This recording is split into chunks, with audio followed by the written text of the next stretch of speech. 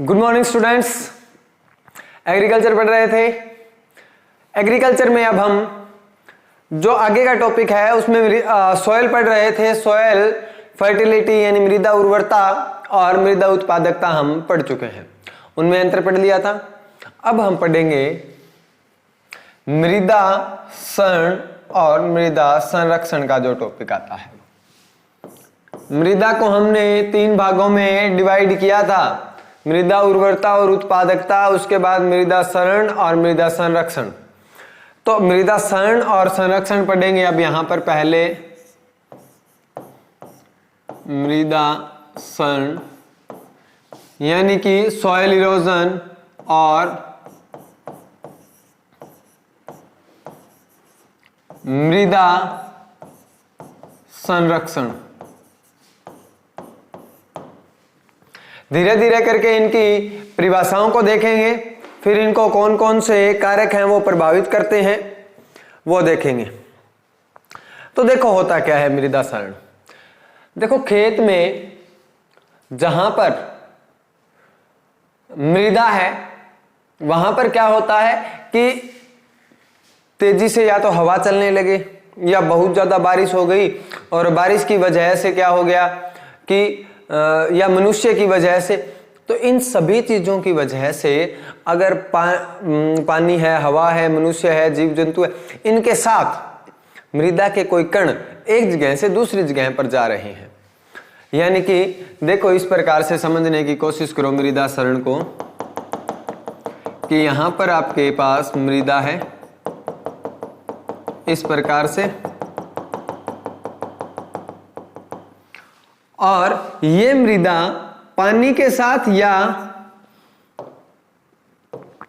वायु के साथ यहां पर चले जाती है। तो अब यहां पर एक चीज समझने की कोशिश करना आप कि ये जो मृदा के कण थे, जो ऊपरी परत थे, इसमें पोषक तत्व उचित मात्रा में थे, उचित मात्रा में पोषक तत्व थे, मृदा की उर्वरता अच्छी थी। यहां से ये कण है, इनमें से ये कण यहां पर चले गए तो यहां पर पोषक तत्वों की कमी हो गई, पोषक तत्व हैं कम हो गए, और पोषक तत्व कम होने से उर्वरता कम हो गई। यानी कि मृदा क्षरण से मृदा की उर्वरता कम हो जाती है और उसमें फसलें उगाना मुश्किल हो जाता है। तो ये प्रभाव पड़ता है। एक स्थान से मृदा के कण बह करके दूसरे स्थान पर चले जाते हैं, जिससे मृदा में पोषक तत्वों की कमी हो जाती है और उसमें पौधे लगाना मुश्किल हो जाता है, उसका उत्पादन क्षमता है वह भी कम हो जाती है। इसी को मृदा क्षरण कह देते हैं। अच्छा, आगे इसकी परिभाषा की अगर बात करें,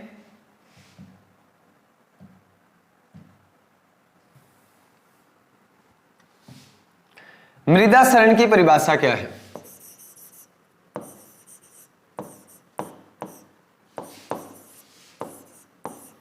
या इसको इंग्लिश में बोलते हैं सॉइल इरोजन।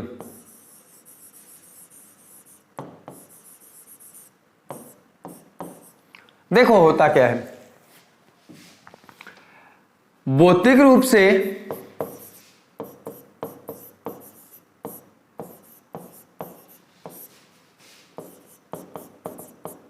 मृदा के कण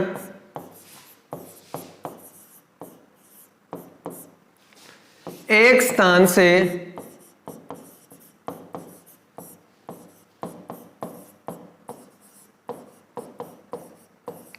दूसरे स्थान पर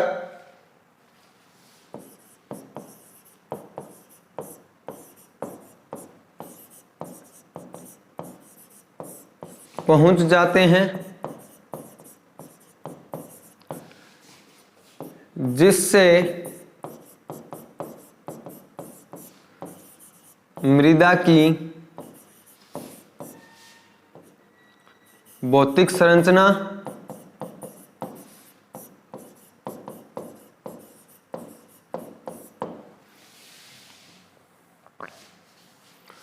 वह पोषक तत्वों की स्थिति को नुकसान पहुंचता है। पोषक तत्वों की स्थिति को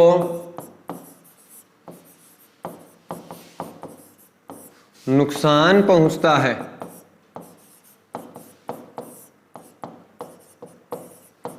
मृदा सरण कहलाता है।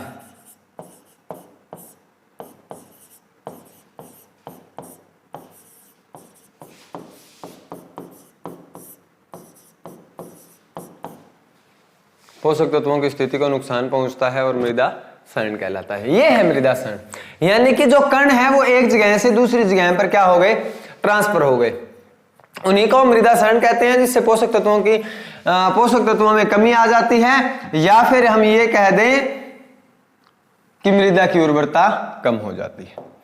आगे देखते हैं क्या होता है मृदा संरक्षण।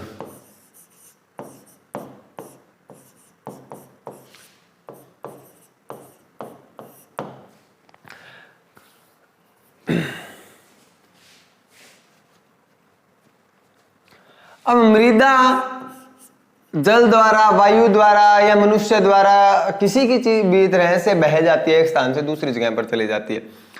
अब क्या करना है, मृदा सरण से या फिर मृदा के कटाव को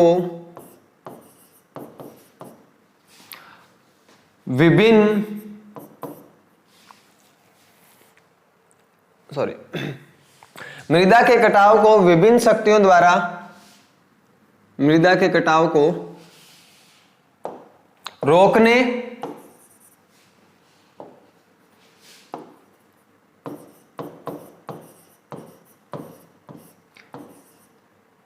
और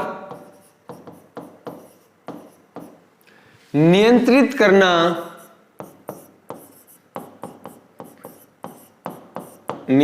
करना मृदा संरक्षण कहलाता है।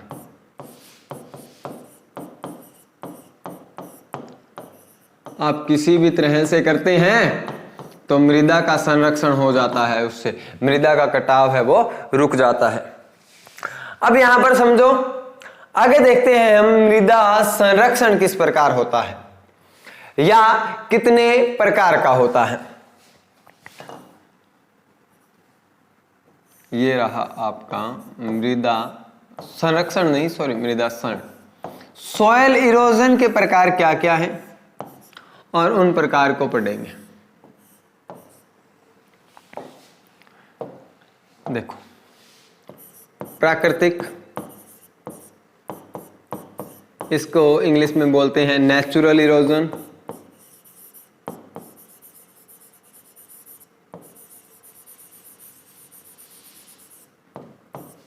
और यह होता है त्वरित, और त्वरण को बोलते हैं एक्सीलरेशन, इसलिए इसको बोल दिया जाता है एक्सीलरेटेड।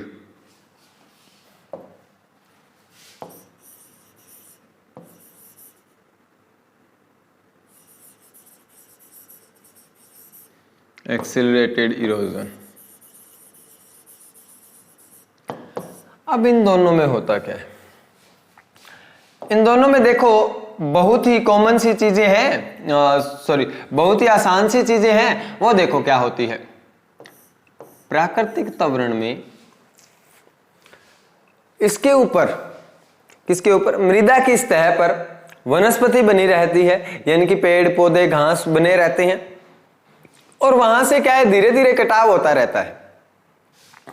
जैसे आपने कभी भी पढ़ा हो कि वनस्पति है वो मृदा कटाव को रोकती है, इस प्रकार यहां पर वनस्पति बनी हुई है, और यहां पर आपकी ये परत है और ये मृदा की परत है। यहां से कटाव होगा, यहां से कटाव होगा किसका, यहां से, यानी कि बहुत कम कटाव देखने को मिलेगा। यहां पर वनस्पति के बीच में से जो मृदा थोड़ी बहुत बच गई है वो एक स्थान से दूसरे स्थान पर चली जाएगी। इसको प्राकृतिक सरण बोलते हैं, और इससे कोई नुकसान नहीं होता है, कोई नुकसान नहीं है इसका। अच्छा, क्यों नहीं है, कि यहां से बहुत धीरे प्रोसेस होता है ये वनस्पति के कारण। अच्छा, बहुत धीरे होता है तो ये मृदा है वो यहां से यहां चली गई, और इतनी देर में ये, इतनी थोड़ी 1-2 साल में ये इसका कटाव होगा, उतनी 1-2 साल में ये मृदा है वो अपने आप को खुद को मॉडिफाई कर लेगी, खुद है वो अच्छी मृदा, पोषक तत्वों वाली जो उर्वर मृदा है उसमें रूपांतरित हो जाएगी, और यहाँ पर वो मृदा ऊपरी सतह पर आ जाएगी। ये मृदा तब तक वापिस यहाँ पर जाएगी, वापिस ये वाली मृदा बन जाएगी। अच्छी बन जाएगी। यानी कि यहां पर मृदा निर्माण का और मृदा क्षरण का कार्य बराबर चलता है। मृदा निर्माण और मृदा क्षरण का कार्य बराबर चलता है, तो ये प्राकृतिक क्षरण में कोई नुकसान नहीं होता है। त्वरित क्षरण में क्या है कि यहां पर वनस्पति नहीं होती, यहां पर वनस्पति नहीं है, या तो उसको आपने खोद दिया है, उसने वनस्पति को खोद दिया है या निकाल दिया है या चरा दिया है, जानवरों को चारगाह की वजह से कि ये क्या है कि यहां पर वनस्पति नहीं है। अच्छा, इनकी वजह से वनस्पति नहीं है, वनस्पति निकल गई, अब मृदा है वो सीधी है। और यहां से क्या है कि मृदा का नुकसान है, मृदा का क्षरण है वो बहुत तेजी से होता है, और ज्यादा तेजी से पोषक तत्व है या मृदा के कण है वो एक स्थान से दूसरे स्थान पर चले गए, तो क्या हो गया कि मृदा का नुकसान हो गया, पोषक तत्वों का नुकसान हो गया, मृदा की उर्वरा क्षमता कम हो गई। तो नुकसान मुख्य तौर पर किस में होता है? त्वरित क्षरण में। ठीक है, यहां पर क्या होता है कि मृदा निर्माण धीरे होता है और मृदा का क्षरण तेजी से होता है, तो हानि यहां पर ज्यादा होती है। आगे आता है इसमें मृदा क्षरण मुख्य तौर पर दो चीजों से होता है। मृदा क्षरण एक तो होता है जल द्वारा, एक तो होता है जल द्वारा और एक होता है आपका वायु द्वारा। अभी हम जल द्वारा क्षरण को पहले डिस्कस कर लेते हैं। अच्छा, जल द्वारा क्षरण में होता क्या है? देखो, इसको हम अलग अलग पार्ट्स में डिवाइड करेंगे। जल क्षरण को, जल द्वारा क्षरण को कौन कौन सा क्षरण है? पहला आ गया बौछार क्षरण,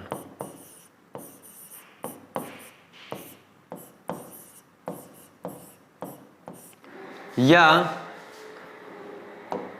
इसको बोल देते हैं स्प्लैश इरोजन।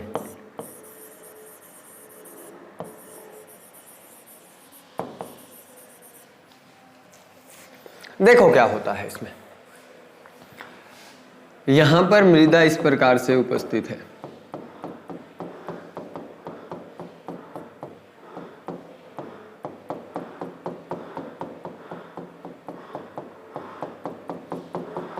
ये मृदा रही। इसमें ऊपर से क्या है कि बारिश होती है। अब बारिश होने से क्या होगा कि जो ये कण है ना, जो ये कण बने हुए हैं, ये थोड़े बहुत इधर उधर हो जाएंगे। इससे ज्यादा नुकसान नहीं होता है इस क्षरण से।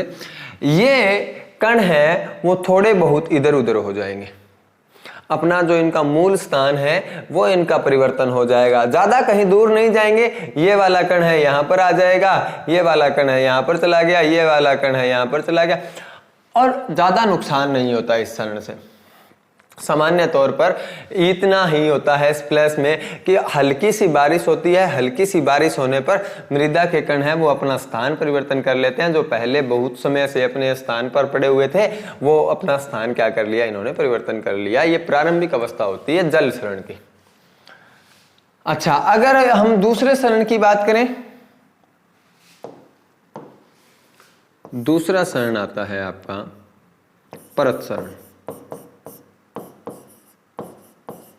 या बोल देते हैं सीट इरोजन।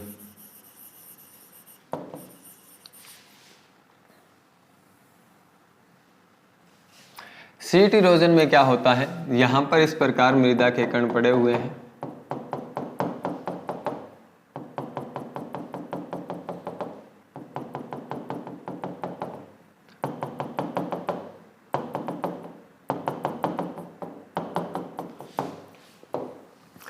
बारिश होने लग गई, ऊपर से बारिश हो रही है।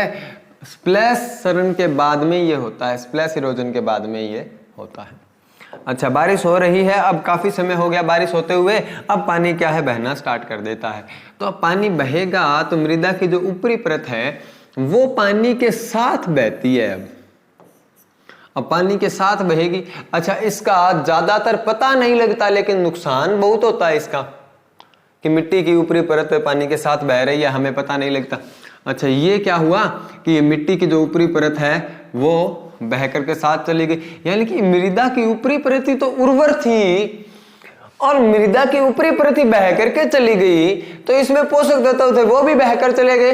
अब यानी कि मृदा उपजाऊ नहीं रही, मृदा उर्वर नहीं रही। तो मृदा उर्वर नहीं रही और इससे क्या हो गया कि आपको नुकसान पहुंचता है। जो पहला था आपका स्प्लैश इरोजन, उसमें नुकसान नहीं पहुंचता था ज्यादा। इसमें क्या है, मृदा की उर्वरा क्षमता कम हो जाती है।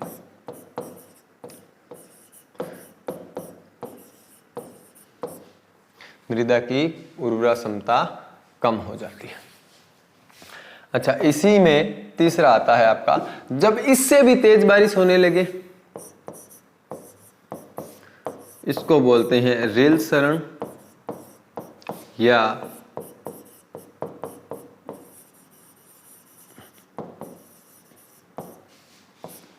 Rail erosion. तो होता क्या है कि ये परत है, ऊपर वाली परत इसमें बह जाती है, पानी बहुत है पानी पहले से ही बहुत ज्यादा बह रहा है, यहाँ पर थोड़ी सी परत बहती है, हमें ज्यादा पता नहीं लगता। यहाँ पर क्या है कि पानी ऊपर से और ज्यादा बारिश होने लगती है, ये रहा पानी की बारिश बारिश है वो और ज्यादा होने लगती है। इससे क्या होगा कि ये परत बहने के बाद में धीरे धीरे कुछ स्थानों पर जो नीचे के स्थान होते हैं, भूमि बिल्कुल समतल थोड़ी होती है, बिल्कुल समतल नहीं होती। अच्छा, जहां पर थोड़ी सी भी भूमि नीचे होती है वहां से ये क्या है कि यहाँ पर क्या बन जाते हैं, गड्ढे बन जाते हैं इस प्रकार। अच्छा, गड्ढे बन गए, उस गड्ढे में से क्या है, पानी निकलने लगता है इस प्रकार, और वो गड्ढा धीरे धीरे क्या है, बड़ा होने लगता है। यानी कि ज्यादा बड़ा तो नहीं होता लेकिन थोड़ा सा बड़ा हो जाता है, जिससे क्या है, मृदा की ज्यादा से ज्यादा मृदा है वो बह करके अपने साथ पानी है वो अपने साथ मृदा को बह करके ले जाता है। तो ये होता है रेल इरोजन में। अगला चौथा पॉइंट आता है आपका इसी में,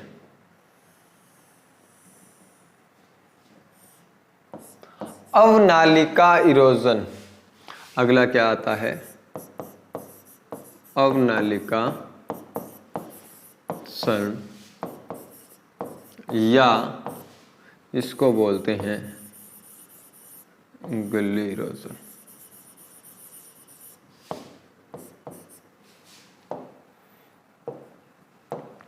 अच्छा, तो इसमें अवनालिका इरोजन में क्या होता है, यहां पर बारिश हो रही थी, इसके बाद का टाइप है ये, यहां पर ये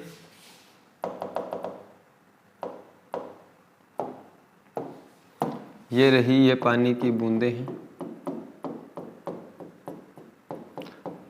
अच्छा, अब यहां पर क्या है, छोटी छोटी नालियां बन गई थी यहाँ के क्षेत्रों में, और अब यहां पर क्या होगा कि जब बारिश होगी, अब यहां पर क्या है, बारिश होगी, यहां पर बारिश होने से जो नालियां बनी थी, जिन नालियों का निर्माण हुआ था, वो नालियां बड़ी हो जाती है और मृदा का कटाव बहुत ज्यादा होने लगता है, और इस मृदा की जो निचली सतह है जिसको अवमृदा बोला जाता है, वो निकल करके सामने आ जाती है और इसमें बहुत ज्यादा मृदा बह जाती है। इतना ध्यान रखना है इसमें। अच्छा, एक आपका जो रील इरोजन है, ये वहां पर ज्यादा होता है जहां पर खेत की बहुत अभी अभी जुताई की होती है, जैसे अभी जुताई की है, बारिश आ गई, या फिर काफी समय से जो खेत है वो खाली पड़ा हुआ है, तो ये इरोजन हो जाता है। तो इसमें इतना ही रखते हैं, एक बार इसको रिवाइज कर लेते हैं।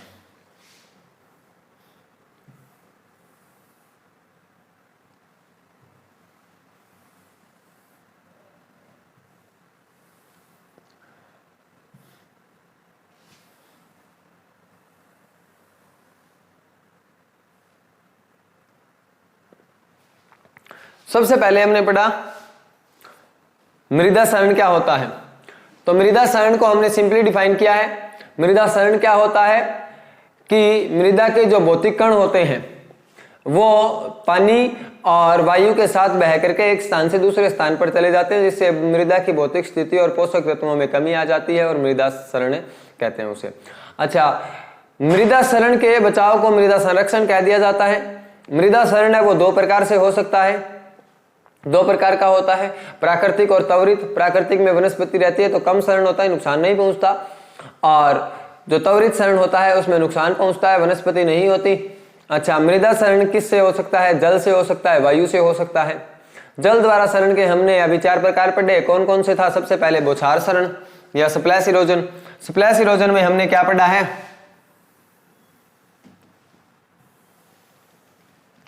कि हल्की हल्की यहां पर